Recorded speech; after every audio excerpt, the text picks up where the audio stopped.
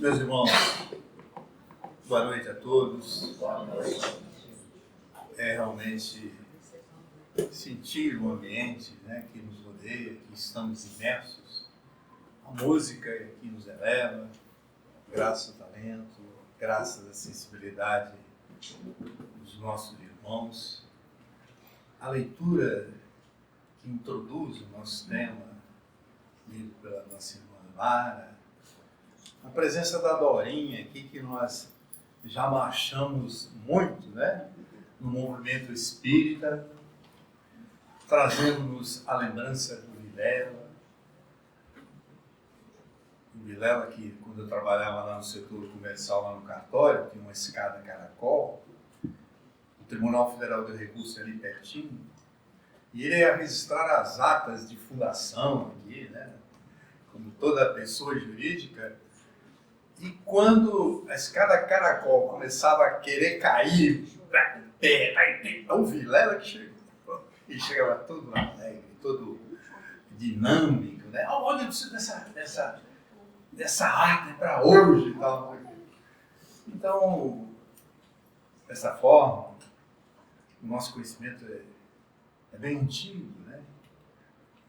Quando o André Luiz era lá na Canangolândia, se memória não me falha ainda, e estarmos aqui hoje é um presente que nós não merecemos, né? E não merecemos. Mas falando desses pioneiros, eu queria também prestar uma homenagem modesta, evidentemente, à figura da dona Irene Carvalho. Não sei se vocês se lembram, que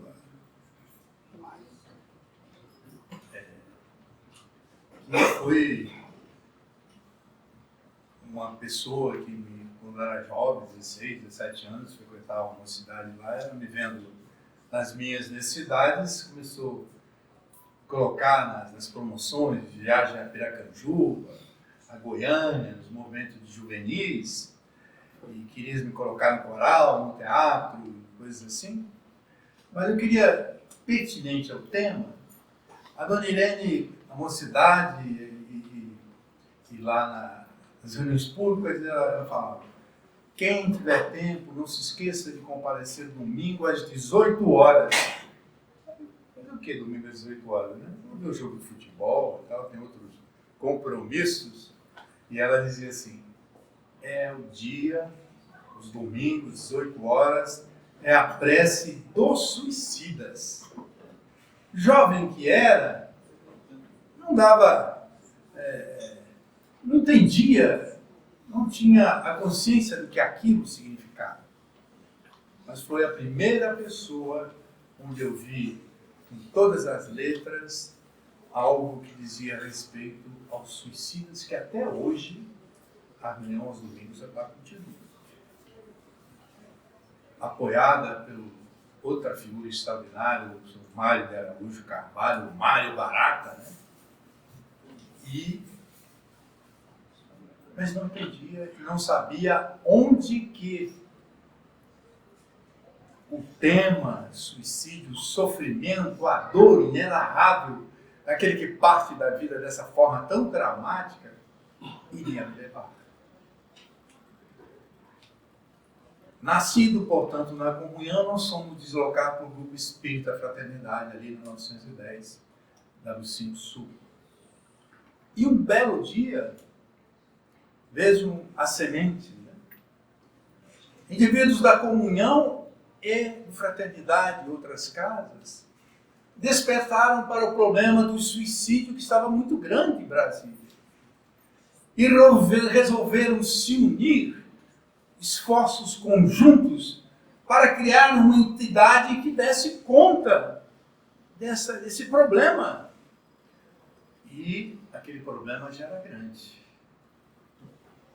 Mas o problema do suicídio, quando nós estamos falando nesse momento, conforme assevera aqui o André Trigueiro, aquele repórter da Globo, e que é espírita, também está associado à luta, à busca de trazer uma solução para o suicídio, no seu livro Viver é a Melhor Opção. E ele diz que é uma estatística da Organização Mundial de Saúde, naquela época se morria por semana, a estatística era por ano. Hoje em dia, nesse momento que nós estamos aqui reunidos, tem gente se extinguindo, se auto-suicidando, autocidando-se, exterminando sua existência. Olha, é questão de segundos, minutos. A estatística do mundo inteiro é uma questão de saúde pública já hoje em dia.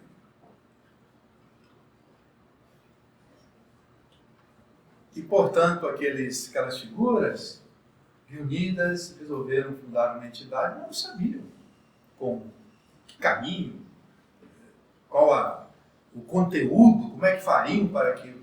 Aí souberam que lá em São Paulo existia uma entidade chamada Centro de Valorização da Vida.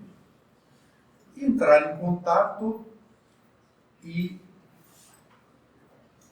aqueles indivíduos que lá trabalhavam, Valentim Lorenzetti, primo de Nestor Massotti, e coisas assim, vieram a Brasília e resolveu-se fundar uma entidade Voluntários da Amizade, que depois veio assumir o CVV Brasília. Mas a história do CVV, que é uma entidade apoiada pela corte britânica, o príncipe Philip, né, na época, a princesa também falecida, que nasceu num enterro, um sepultamento. Um padre anglicano chamado Chedvara foi assistir o sepultamento. E ele se surpreendeu tremendamente, porque ele viu no caixão uma jovem dos seus 15, 16 anos, e ele ficou extremamente surpreso e um impacto, chocado, né? Como uma pessoa daquela idade se termina a sua vida, que acena com todas as cores, da beleza, da realização, da continuidade. E ele veio a saber, perguntando, que aquela jovem se suicidara, terminara com a vida, porque não sabia o que era a menarca, não sabia o que era a menstruação. E ela, desesperada, crendo que estava doente, alguma coisa, com medo de dizer à sua mãe, resolveu tirar a vida. Concluiu o Chedvara, que eu tive a oportunidade de conhecer quando ele esteve em Brasília, figura humilde, tranquilo ao falar, e que já partiu para a pátria espiritual. Ele então entendeu que aquela menina fizera aquele gesto porque não tivera alguém que a ouvisse, que cedesse o seu tempo, da sua vida, das suas preocupações em favor daquela menina. Ele entendia que se alguém a ouvisse, teria evitado aquela perda lastimável com uma vida que se perde, que sai dramaticamente assim do mundo. É uma perda lastimável. Portanto, ele resolveu fundar o Centro de Valorização da Vida, que ele denominou Samaritanos, lá em Londres. E ele começou a atender na sua paróquia pessoas que tinham necessidade, ou sobre suicídio, ou qualquer outra coisa.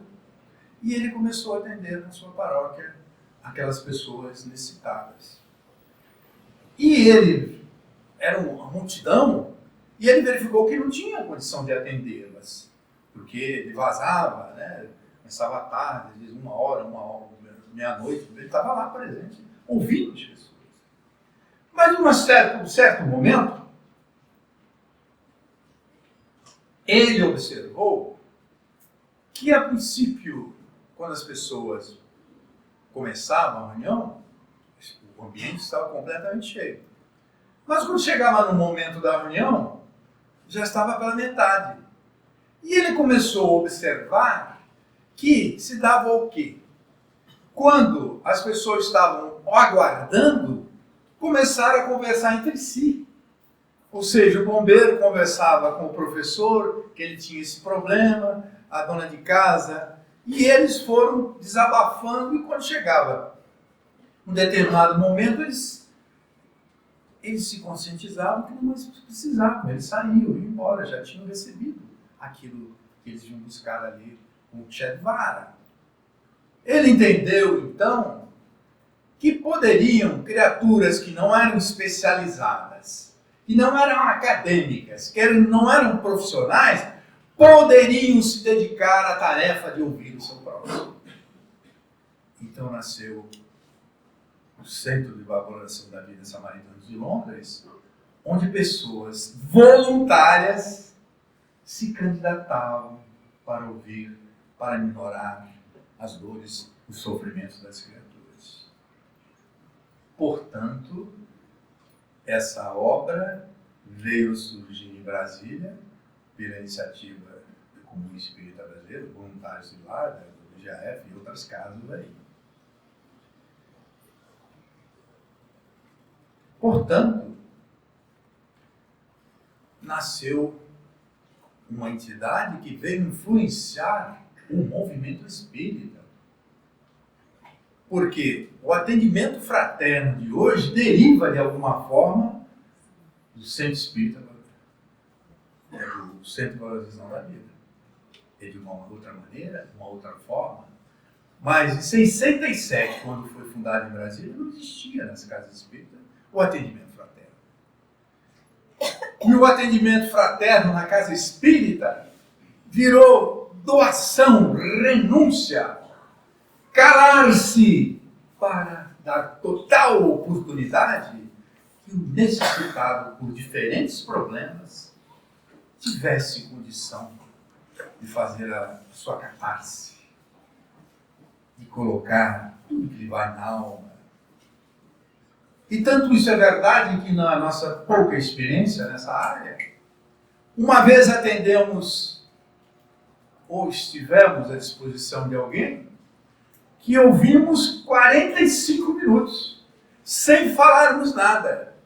E ao término do nosso encontro, quando ela entendeu que já era suficiente, ela concluiu: eu agradeço pelos conselhos que o Senhor me deu, agradeço pelas orientações. Nós não demos nada, não falamos nada. Ela intimamente chegou àquilo que talvez já tivesse decidido, e só com o nosso silêncio ela tomou coragem, força para realizar a atitude positiva que ela tinha que realizar.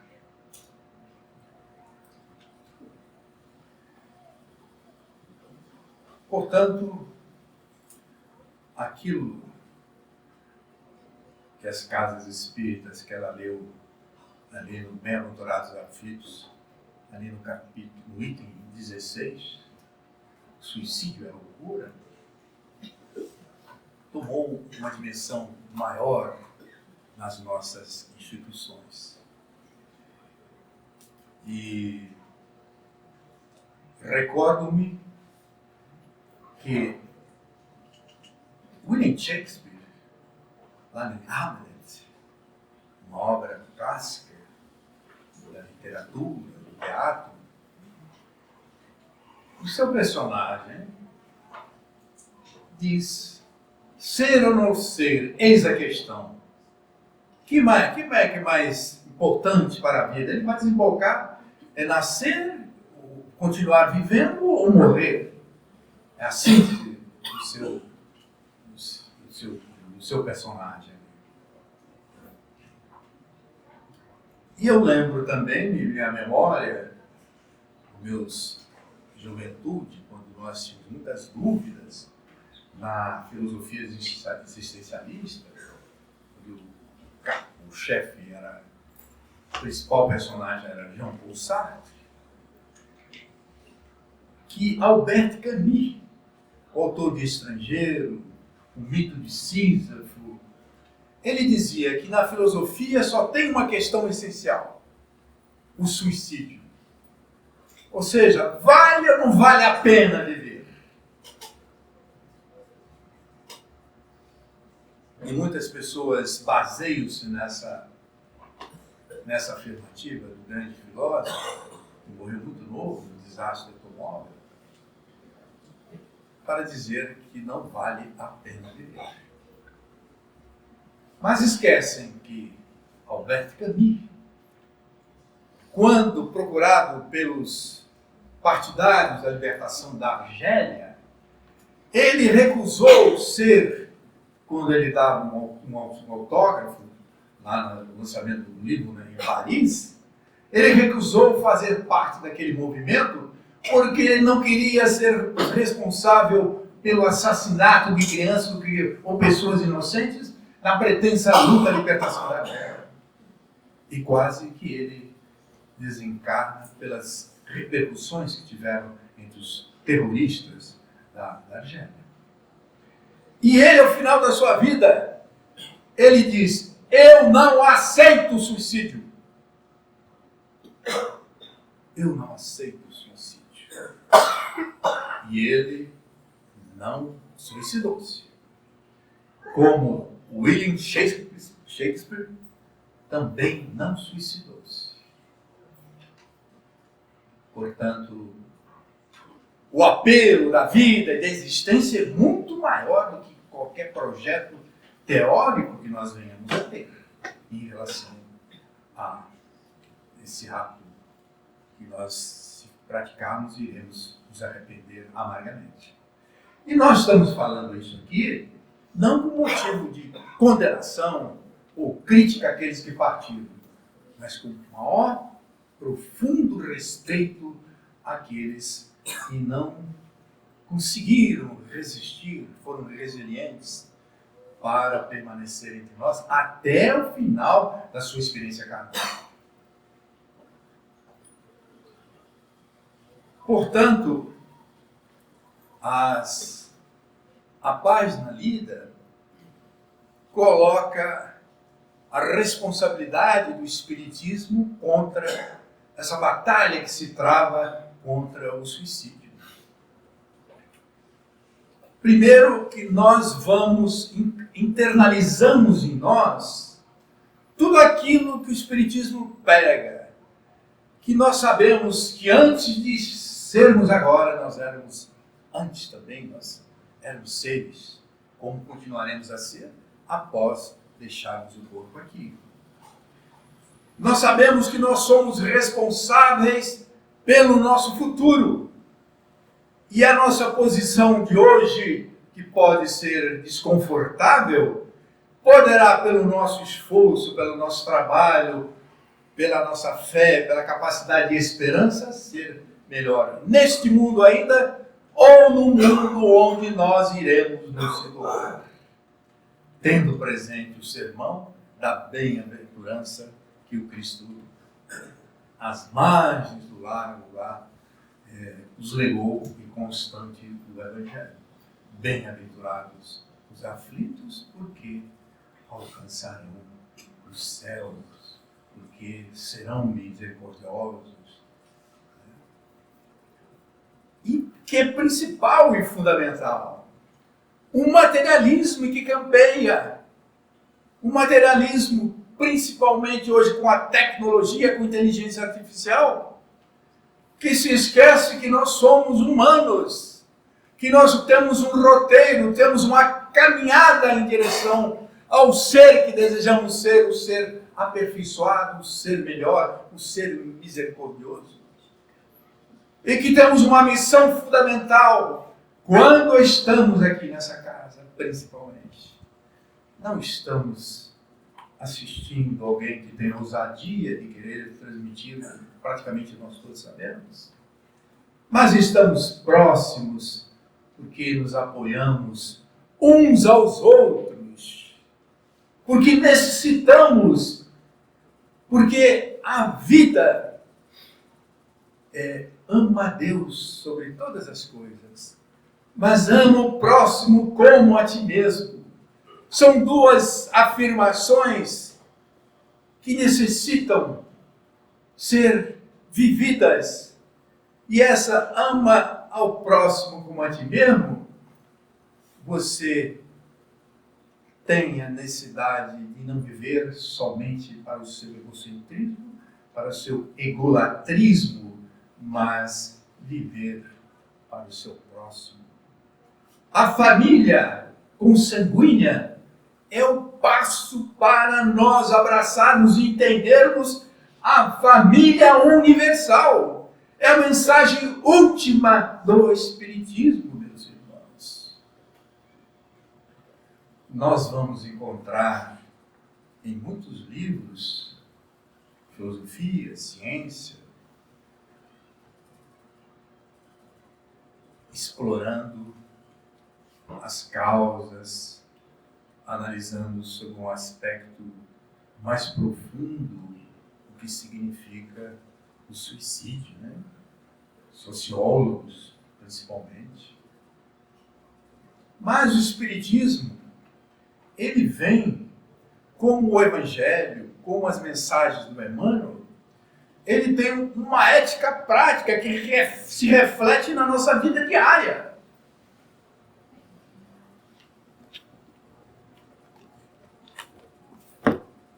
Foi tanto utilizado que a capa foi embora, né? Memórias do Suicida. No mês passado, não sei porquê, acharam que eu era alguma coisa que entendia de suicídio. Fiz mais de 20 palestras aí, sem mérito nenhum. Eu não tenho mérito para fazer isso. Falando mais pela voz da sinceridade, da emoção que nos falam nesse momento. Portanto, este livro, que Chico Xavier dizia,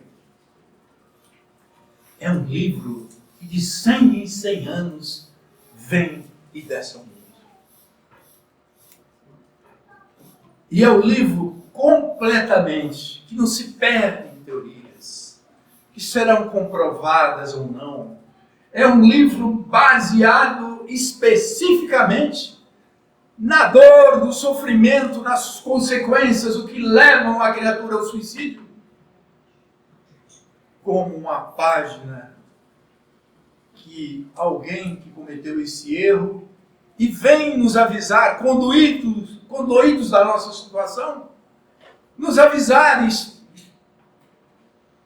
colocar o estandarte da paz, da misericórdia nos nossos caminhos. É a voz de Camilo Castelo Branco, o grande romancista português de amor e perdição, que perdendo a capacidade de ver e passando por problemas sentimentais e emocionais, ele resolveu despedir-se dessa vida tragicamente, desferindo um balaço no seu ouvido. Aqui tem tudo o que nós desejamos saber de prático, os departamentos, as criaturas que renunciam tantas coisas para estar numa organização como essa, para ajudar as criaturas novamente, voltarem a sentir a seiva da vida penetrar nos seus corpos e suas mentes.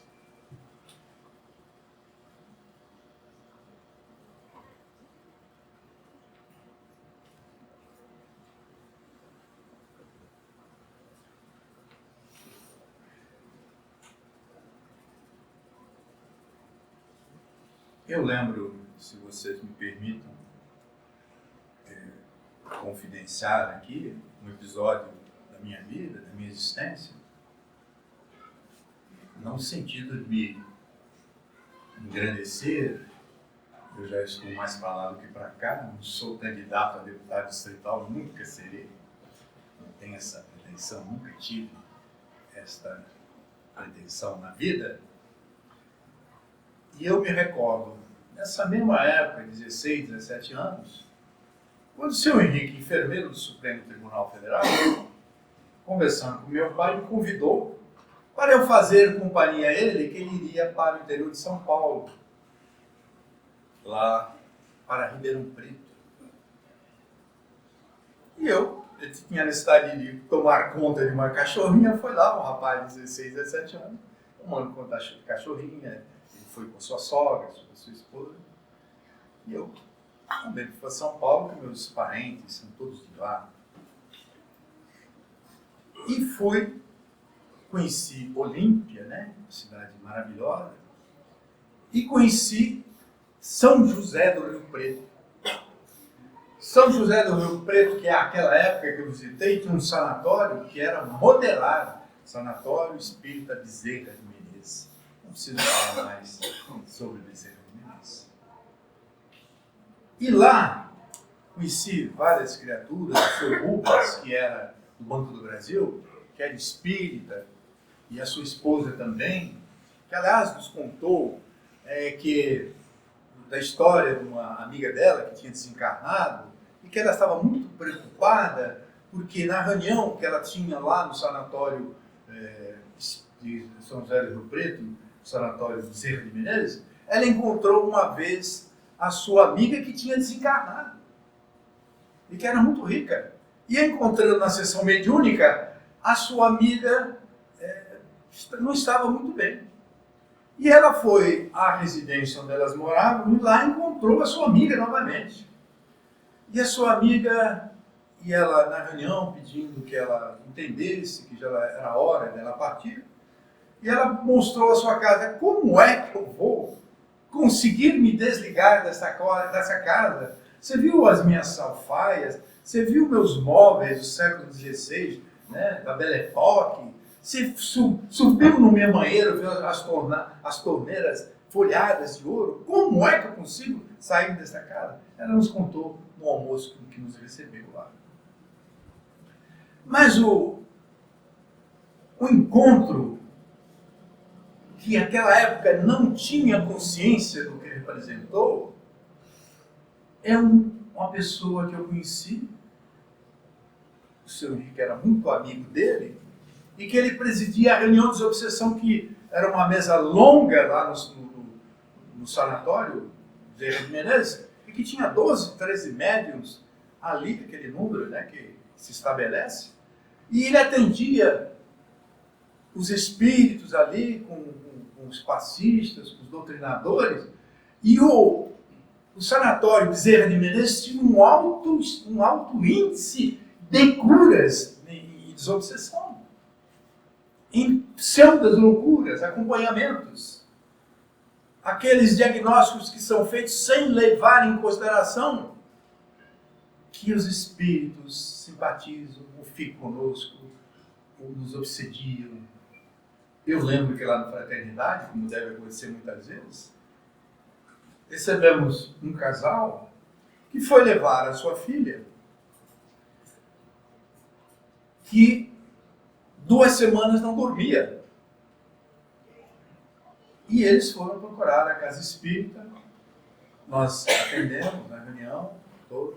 Depois de terminar a reunião, tinha uma reunião de desobsessão, que era a sala lá, nós dirigimos para lá, e foi vigilado o problema da menina, de 5 anos, e manifestou-se o seu avô.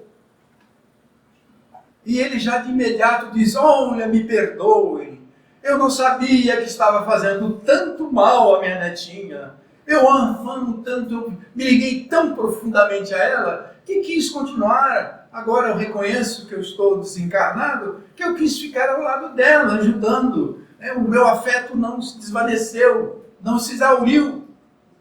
Mas não se preocupe, eu estou ouvindo os irmãos espirituais dizendo que eu preciso me afastar.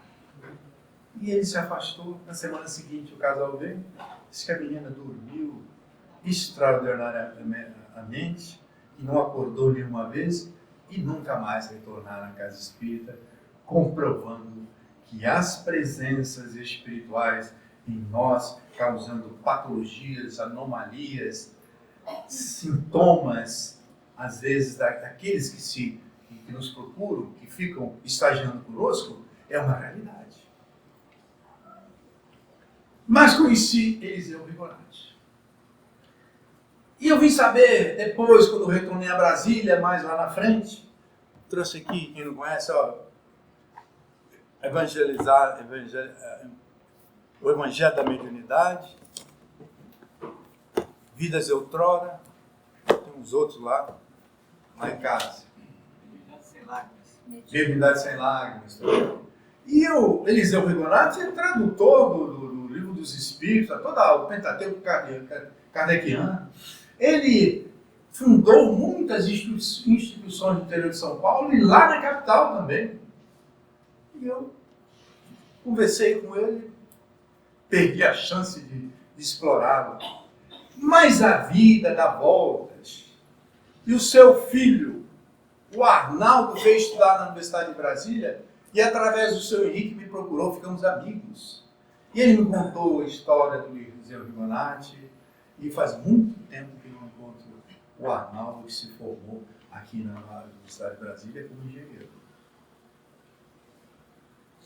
Mas eu fiquei curioso, porque um homem tão prendado, com muitos elementos, se dedica dessa maneira, assim, full time, né? A doutrina espírita, por qual razão? Devia ter alguma coisa, né? A dona Irene e o Mário Carvalho, que a dona Irene começou a ouvir espírito, a ver espíritos, e ela foi procurar, não sabia o que era aquilo. Foi lá na Casa do Caminho, que eu falei que hoje é um outro nome da entidade, não sei se alguém me recorda o nome agora, e que foi recomendada que ela fosse a Uberaba falar com o Chico. E o Chico disse para o doutor Sr. Mário, né, que eu também tinha muitas histórias que contar sobre o Sr. Mário de Carvalho. Olha, Sr. Mário, o Chico disse, o senhor vai para Brasília, o senhor vai enriquecer, mas o senhor vai fundar uma entidade lá em Brasília e vai se dedicar à caridade. E a dona Irene ouvindo, eles vieram para Brasília e ele realmente alcançou esse bem-estar financeiro que permitiu ele se dedicar completamente à comunhão e talvez descurando-se da sua empresa que talvez no final da sua vida não foi muito bem, né?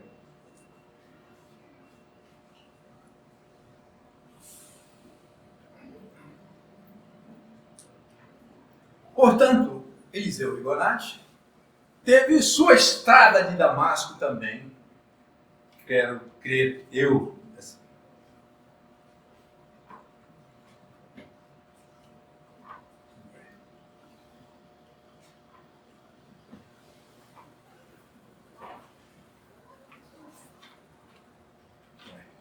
Ah, tá aqui. Pensei que ia jogar fora.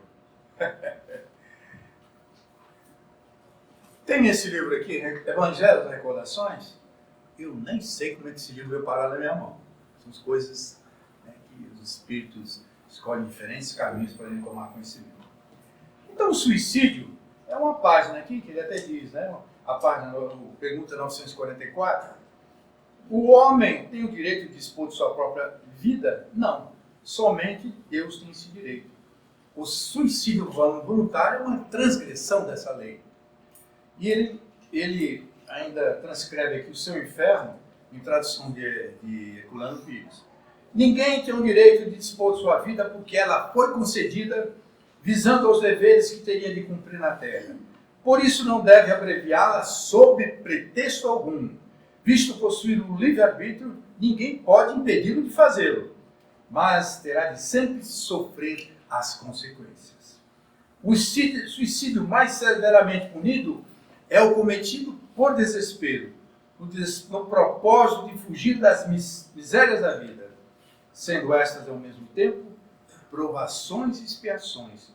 Furtar-se a elas é recuar diante da tarefa que se impôs. Nesse capítulo aqui, ele narra o seguinte. Até no início ele diz que nós temos um instinto de conservação, e no homem é um instinto racional, nos animais é meramente mecânico, mas por que ele é tão forte assim que nos leva? Se ele é tão forte assim, por que nos leva ao suicídio? Não há morte, né? E ele fala aqui, vós sois deuses. De forma que ele narra um caso no ano de 1938, quando a família dele foi atingida, como diz aqui, pela calamidade do suicídio. e oxalá queremos que ninguém tenha um episódio desse aqui conosco, né? Viveu esse drama. Ele tinha um irmão de 18 anos e que Eliseu Rigonati trabalhava no centro da cidade, e o Vasquinho, que ele chamava, que herdou o nome do seu pai, uma coisa que nunca fizera, ele foi lá no consultório de contabilidade. E ele conversou muito com o Eliseu Rigonati, o Vasquinho. E ele se despediu, o Eliseu, então a gente vai nos vendo lá em casa às 18 horas para o jantar, né? Mas acontece o seguinte, passaram-se 18 horas, chegou às 20 e o Vasquinho não apareceu.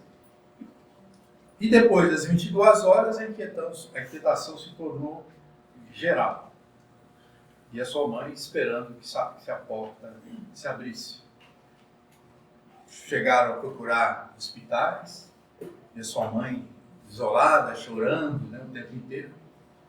E ele dizia que o pai dele, o Vasco, era muito forte, né, que acalentava esperanças. Isso se sustentava na sua voz enérgica, posta, que repassada de carinho. E Eliseu era constituído, tinha 12 irmãos. Então aproximava o dia de finados. Então diz ele que a sua mãe recebeu uma carta da sua irmã Edwiges, que morava em Santa Rita de Passa Quatro, uma cidade, né, um bairro. Pedia-lhe que fosse ao cemitério do Araçá e mandasse renovar a pintura do túmulo de seu filho. A dona Edwiges pedia para sua mãe que fosse no cemitério do Araçá para tomar as medidas de pintar, cal, como é o costume, lá no cemitério do Araçá. Quando a mãe de Eliseu chega no cemitério, um funcionário que a atendeu encarou fixamente e perguntou-lhe: a senhora tem algum filho que se pareça consigo? Ela falou: tem muitos filhos, respondeu-lhe. Mas o que mais se parece comigo desapareceu de casa e pôs-se a chorar. Aí o funcionário do cemitério disse: é ele. E contou. Retiraram um cadáver do Tietê nas proximidades da Ponte Grande. Quem conhece São Paulo fica ali. Sabe ali? Tietê, mais à frente. Um moço parecidíssimo com ela. Pelo trajar se afigurou-se filho de boa família. Esperou-se alguém que viesse reconhecer e não parecer ninguém, o sepultado. E ele foi lá, desconhecido, causa morte, suicídio por afogamento, sepultura no hospital. E ele pediu que acompanhasse humildemente até a cova do seu filho. Oraram pelos Vasquinhos. E o atendente disse que tinha alguns objetos que o suicida deixara. Né? Entregou-lhe uma gravata, uma cinta e um chaveirinho com uma chave. A gravata a mãe reconheceu logo. Eliseu disse que era minha e Vasquinho gostava de usá-la. Mas ele dizia assim: há tantas gravatas iguais, né? Poderia não ser Vasquinho. A cinta, pela ação da água, estava irreconhecível. Restava a chave. A chave, como ele trabalhava no jornal Diário de São Paulo, ele encarregava-se de acompanhar a correspondência.